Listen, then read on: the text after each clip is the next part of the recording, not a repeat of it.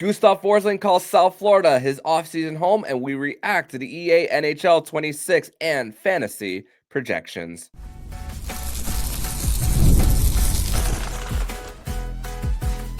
You're Locked On Panthers, your daily podcast on the Florida Panthers.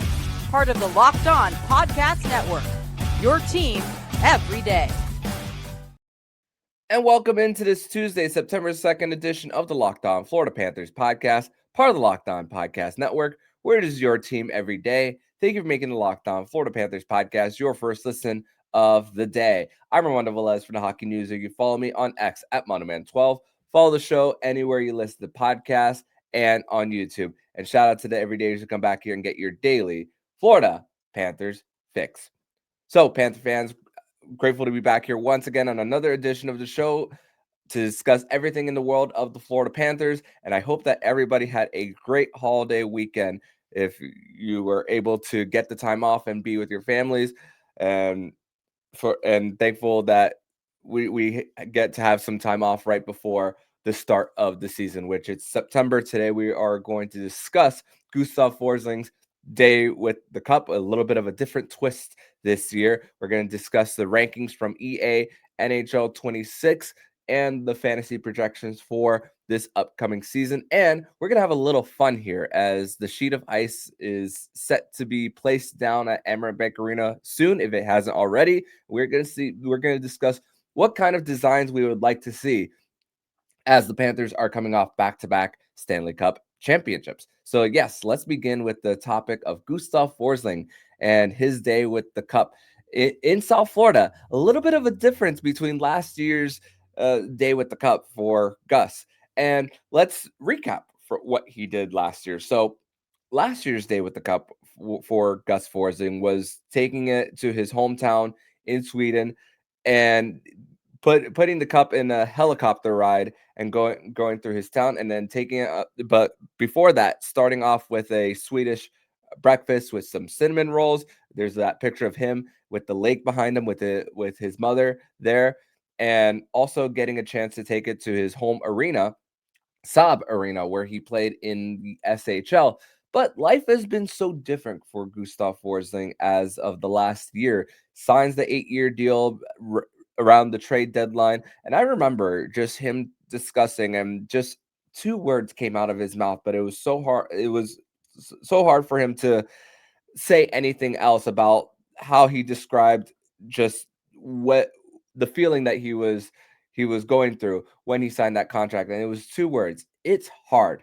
And the facial expression of him looking down and on the verge of tears because of everything that he'd gone through in his career, with the Florida Panthers being his fourth team, drafted by the Vancouver Canucks in Chicago, waived by Carolina, played a whole season in the AHL for the affiliate of the Carolina Hurricanes at the time, the Charlotte Checkers now, which belongs to the Florida Panthers. But life has changed, as I said, with the contract, and not only that, but with the kid in the picture for Gustav Forsling. So when it comes to traveling back and forth between Sweden, and now that he has, well, Bo is now a toddler, so Bo has already grown up so much in such a short time, and that is tough on a parent. And I'm sure that has been a little bit of a consideration when thinking about his day with the Cup and what he wanted it to be. So instead of doing it in Sweden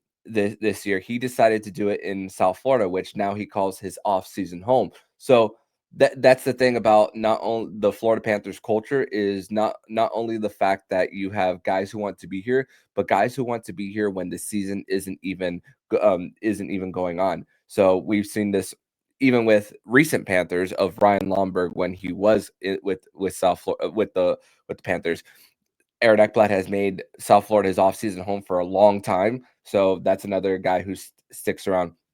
And it doesn't take away from the guys who don't stay here throughout the offseason. I mean, Barkov is usually back in Finland for a good portion of the offseason.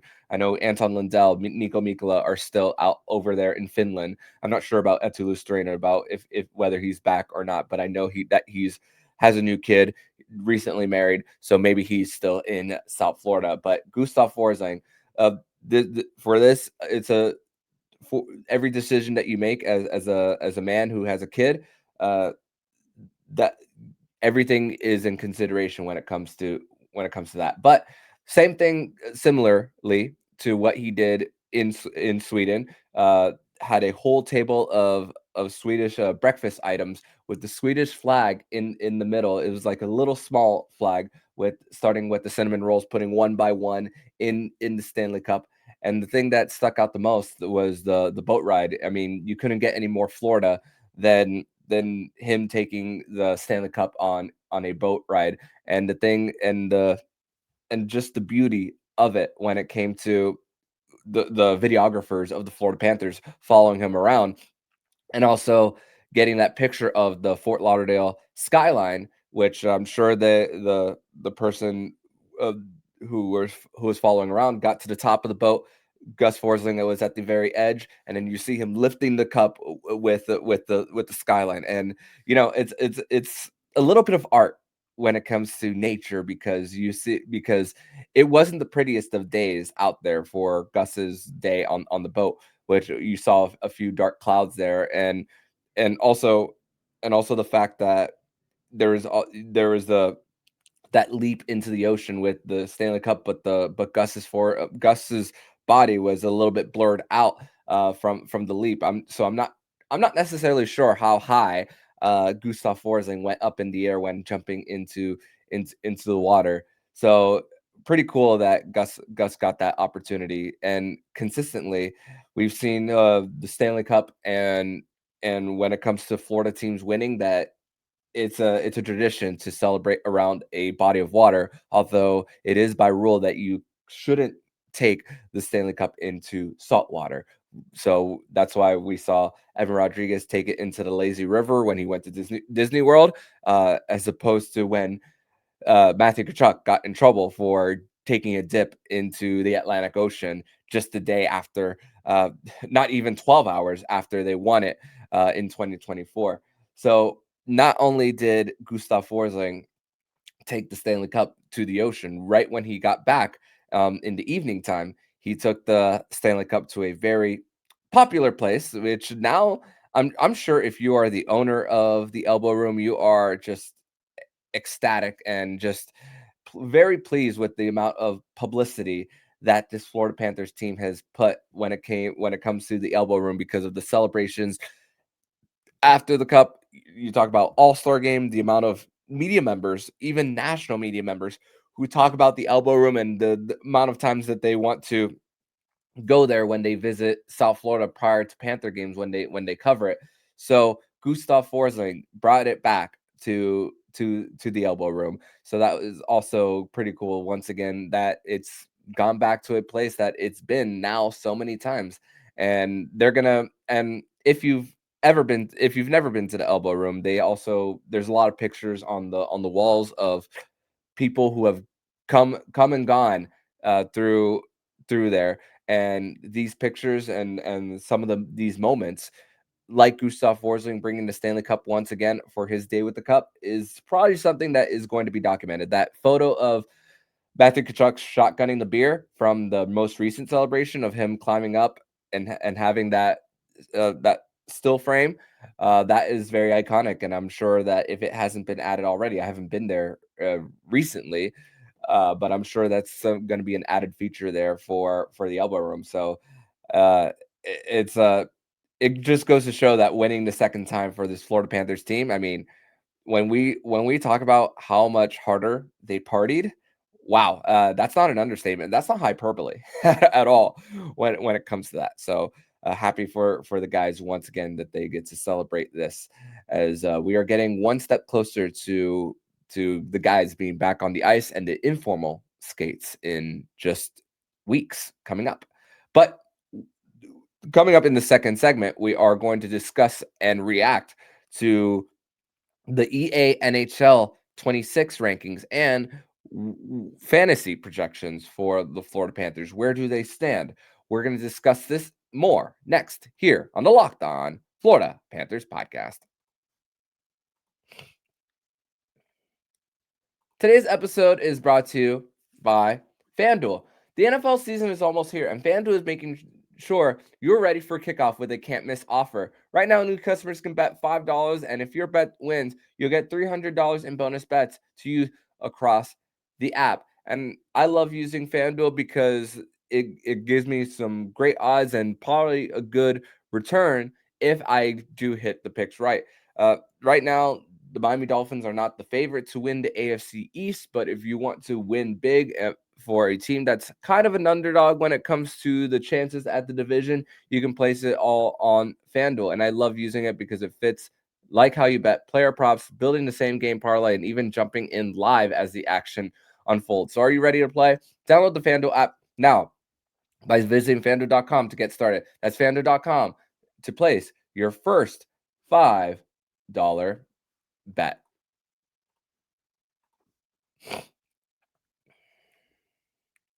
Thank you once again for making the Locked On Florida Panthers podcast your first listen of the day. And we have an important request. Locked On wants to hear from you. We put together a survey to learn more about our listeners and make your favorite podcast even better. This is your chance to tell us what you like, what you don't like, answer questions about our advertising. Go to lockedonpodcast.com/survey to get started. Everyone who completes this survey will be entered for a chance to win one of 10 $100 Amazon gift cards. Again, that's lockedonpodcast.com/survey. You can also find the link in the show notes. Thanks for helping us out.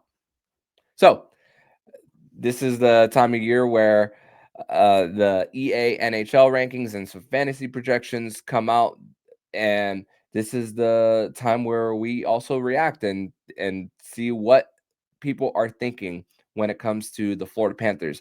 And I'm not I don't have a problem necessarily with individual rankings, but I do have a problem, well, some, which we'll get to in a bit. But I do have a problem with some of the overall team rankings of some of the teams that are listed above the Florida Panthers. So last year, going into the 2024-25 season, the Florida Panthers were ranked the eighth overall, and there was a bit of turnover when it came to the Panthers, an entire new fourth line. You still had to fill the hole of who was going to be running the power play for the Panthers as Brandon Montour left in free agency, which, by the way, I have this in my show notes. I'm reading this right now. If you want to pre-order EA Sports NHL 26, you can. It officially releases on September 12th. So the Panthers, they were ranked 8th last year. But with the Panthers coming in and running it back and being the betting favorites to not three-peat as Stanley Cup champions, I'm pretty shocked about the amount of teams who are ranked above them in the latest EA Sports NHL game, which the Panthers' overall ranking is 87. And when it comes to individual players, there's a whole load of players who are ranked above 87. So I'm surprised that their average ranking is as low as they are, because there are a few teams who are ranked above them that I'm just like head scratching. I'm looking at the New York Islanders, LA Kings, Pittsburgh Penguins, maybe Crosby and Malkin up the average that much. Vegas Golden Knights are up there, which I cannot possibly understand, and Vancouver Canucks. Those are some of the teams that I saw that are ranked above them. Edmonton is also up there as far as teams that are around the Florida Panthers. I mean, the McDavid Draisaitl effect, I get that, but the lack of depth, I'm surprised that it doesn't lower the overall number for teams going below the Panthers. And I get the Panthers aren't the most flashy team, and it's not individuals who pad the stats. You're not going to have 115 point players. It's a whole bunch of individuals, which you think about the Panthers brand of hockey, which is more physicality over skill. That maybe could be a factor into why overall they aren't ranked the highest at least in the video game.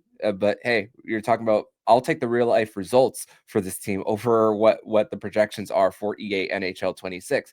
But there's a few of the different categories when it comes to how these players are ranked. So it's acceleration, speed, deking, passing, slap shot power, and wrist shot power. So there's a few rise and players who have risen and a few players who have fallen from the year before. But most of the Panthers here on this list have either risen or have stayed the same. So some of the guys who have stayed the same are guys like Aaron Ekblad and Carter Verhaeghe, which honestly, I'm glad that EA has recognized that last year's point production for Carter Verhaeghe is possibly an outlier, and Aaron Ekblad getting a lot of respect once again. Doesn't put up the points like he did years ago prior to his leg injuries under the Paul Maurice system. What happens is that Aaron Ekblad is great on getting that first pass out, so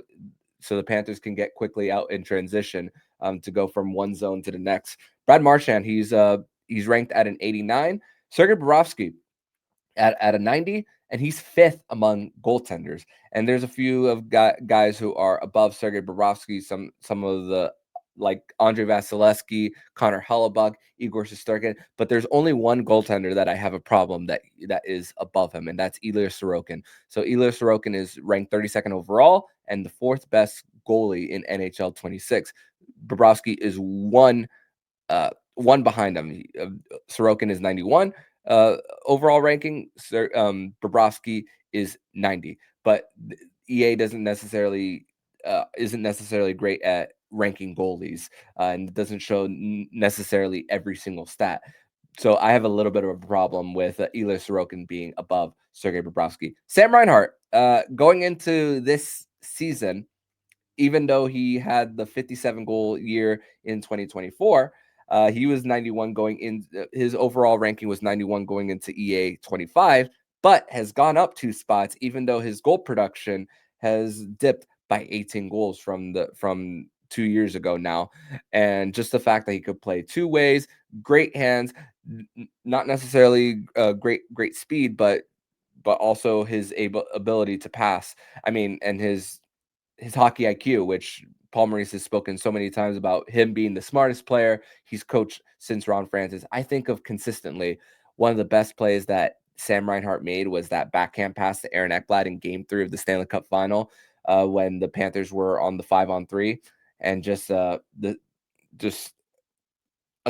overall smart play. And amongst right wingers, he's ranked fourth overall. I mean, when it comes to the amount of points put up, nobody's going to pass Nikita Kucherov because he's led the league in points in multiple years now of being the Art Ross winner. Matthew Tkachuk, an overall ranking of 93, second, but he's listed as a left winger in NHL 26. So that is a little bit of a head scratcher, but he's right behind Kirill Kaprizov, who's probably going to reset the market right now in his next contract. It's either going to be him or Connor McDavid, as both of them are up for new deals, who are eligible for extensions as they are going into the final years of their deal. So to be in that kind of company, even though he's going to miss the first 30 some odd games of the year, I mean, hey, you'll take it with what he could do as far as setting up guys from multiple places around the ice. 93. But again, I have a problem with the overall team rankings.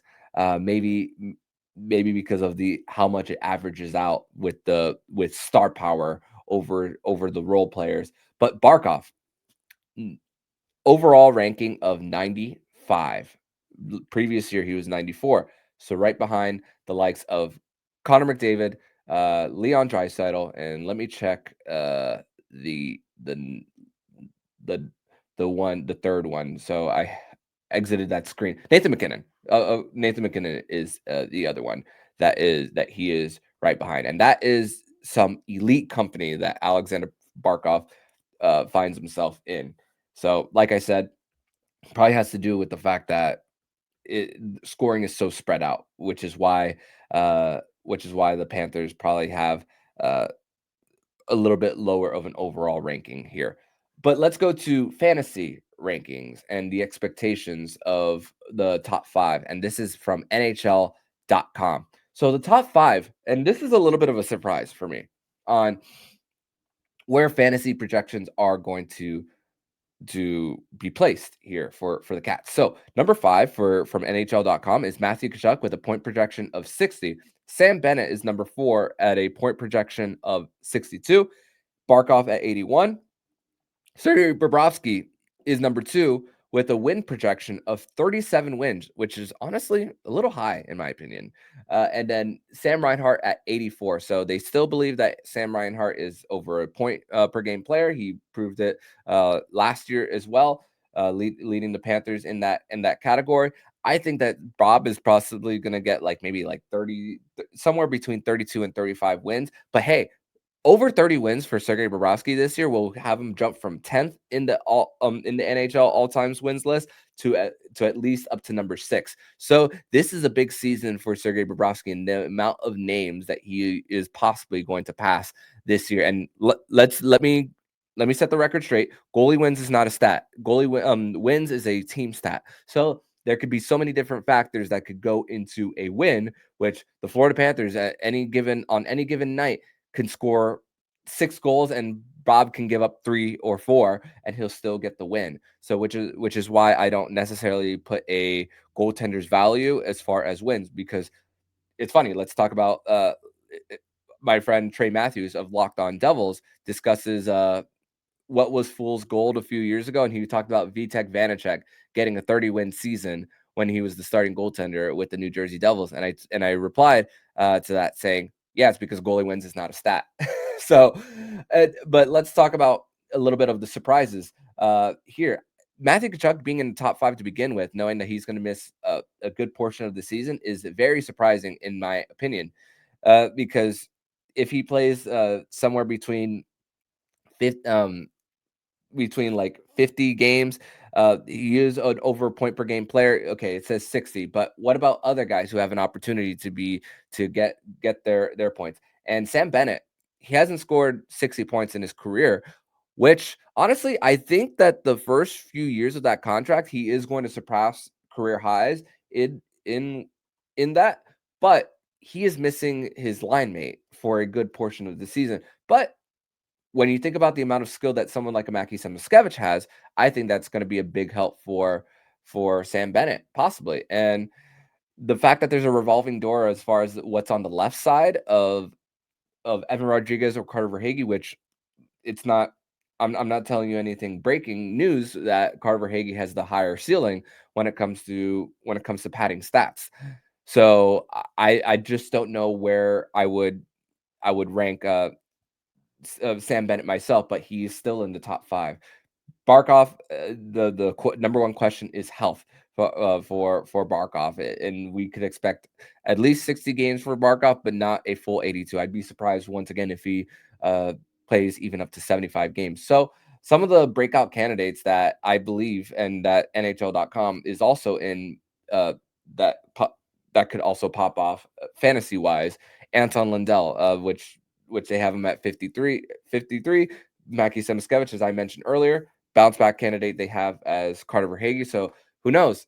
Carter Verhaeghe could be right back to 30, 35 goals in the season. And if he's playing on the same line as Sam Bennett, which I believe he'll start off with Barkov, and if there's anything of a drought, Paul Maurice is not hesitant to switch up the lines to at least give a little bit of that versatility there, which that's the great thing about keeping Evan Rodriguez around, even though he doesn't put up necessarily the numbers, even though crazy enough in Erod's first season, you have a stretch of games where it's like a goose egg, and then you'll have a 1 or 2 games where he'll have 4 points. And most of that it comes up with Alexander Barkov, but other guys who could possibly be a great fantasy piece. Seth Jones, who plays a lot of the power play time as well. So that's one that I'm a believer when it comes to a late round pick, when it comes to selecting possibly Seth Jones. And if plus minus is a big category in your league, you can't go wrong with Gustav Forsling being part of your fantasy lineup. So that's the article that's written by. You can check more of that out at NHL.com. Give your opinions. Are you in agreement with these, or are you not? So make sure to comment down below, and also check out the article from NHL.com. But It's September, which means hockey is just around the corner. And we are going to have a little bit of fun here on the show because the fact is the Panthers are back-to-back champions. So we are going to discuss what we like to see at center ice with the Panthers being the champs once again and what kind of different twists we would like to see. That's all coming up next here on the Locked On Florida Panthers podcast. Segment number 3 here on this Tuesday, September 2nd edition of the Locked On Florida Panthers podcast. Thank you once again for making the Locked On Florida Panthers podcast your first listen of the day here on a Tuesday. So I put out a question on Instagram asking what would you like to see in regards to the center ice logo for the Panthers celebrating their second consecutive Stanley Cup championship. And the thing is, I personally don't want the same exact logo as last year. Obviously, there was the red in the background with the details of the Stanley Cup, which was a beautiful design. But I'm not aware whether the sheet is already on or not, or if the design is finished. But this idea, as far as a segment, came shortly after some reporters from other teams have posted photos of the center ice logo being placed in their arenas.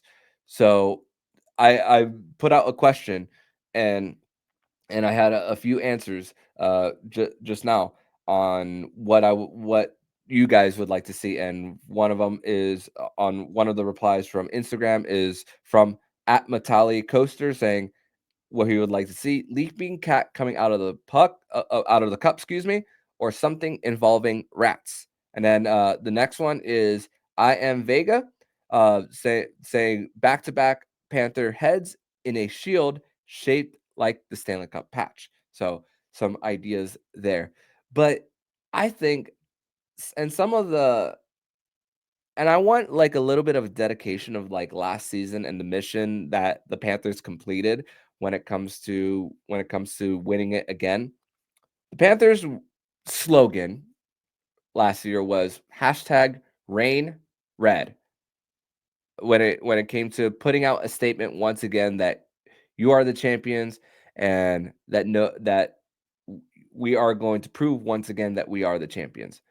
And I I think of the text for it. Old English when it came to Rain Red. So I don't think there's going to be a leaping cat. I think there might be some dedication to that for the 35th anniversary, which honestly, another thing that I thought about just now is maybe we'll get a design of what the Winter Classic logo will look like. But that's going to be in relation to the Leaping Panther, possibly. If they don't, it's a crime, in my opinion. But I think that you're going to see the regular shield at center ice for the Panthers, but the details around it matter. And I will say that when it comes to the shade of color, you have to be very careful because, like dark blue, black, or gray, the NHL is going to step in because of the fact that when you carry the puck to center ice, it's going to be hard to see the puck for not only players on the ice but fans as well. So that is going to be that you can't have it too dark in order for the ability for people to track. And I think that will be a big complaint if they go that direction. But the going back to the text of Rain Red, why not B2B back to back shorten with the B's on each side, not necessarily symmetrical because you can't necessarily call it symmetry there. You'd have to have the B flipped another way to call it symmetry. But the B's on each side, and then the two going through the Florida Panthers shield. I mean, there's been a whole lot of noise from fans outside of the Panthers on they play dirty. Their celebrations are classless about how they call out other teams. Stick it to the rest of the league by putting B2B back-to-back at center ice with the 2 going all across it. That's an idea. In red, rain red is one idea. If you want to add more detail to it, some blue, a lighter color of blue. I wish that the Panthers could use a darker shade of it, but again, like I mentioned, it'll probably be a problem with seeing the puck at center ice. But an added addition of waves, because it is South Florida. We spoke about celebrations around the water, and put some waves, and then at the edge, detail of sand. But then coming out of center ice, just like last year, the details of the Stanley Cup. So B2B, details of the cup, some details of waves, and then at the very end, sand, as if you're coming to shore. So that's an idea of what I would like to see at center ice to dedicate this season of it's a season of celebration with what this team has accomplished, but I don't want to lose sight of the mission for the Panthers on trying to be the first team to three-peat in the salary cap era and the first team in over 40 years to do so. But that is something of a treat that fans could see every single day when they come to the arena for games. So that is what I would like to see as far as the details there. So let me know what you guys think. And if you're on Instagram and you're seeing the post, comment on it as well if that's how you want to communicate with me. And but if not, on the YouTube, you could comment here or tweet at me at Monoman12 and or at @LO_FLA Panthers to do so there. But that's going to do it for today's edition of the Locked On Florida Panthers podcast. Thank you once again for making the Locked On Florida Panthers podcast your first listen of the day. And hockey is around the corner as we are less than a week, just over a week from rookie showcase, just over 2 weeks from media day, and 19 days away from the first preseason game in the doubleheader for the Florida Panthers against the Nashville Predators. So happy September, everybody. Hockey is almost here. But in the meantime, if you like what you're hearing, please subscribe to the podcast to be notified every single time the Locked On Florida Panthers podcast jumps into your podcast feed. Don't forget to also subscribe to the other shows on the Locked On NHL network, including Locked On NHL, Locked On Fantasy Hockey, Flip Livingstone, and Stu Roden, and Locked On NHL Prospects. Thank you once again for making the Locked On Florida Panthers podcast your first listen of the day. So I'm Armando Velez, signing off. And you've been listening to the Locked On Florida Panthers podcast, part of the Locked On Podcast Network. We're your team every day.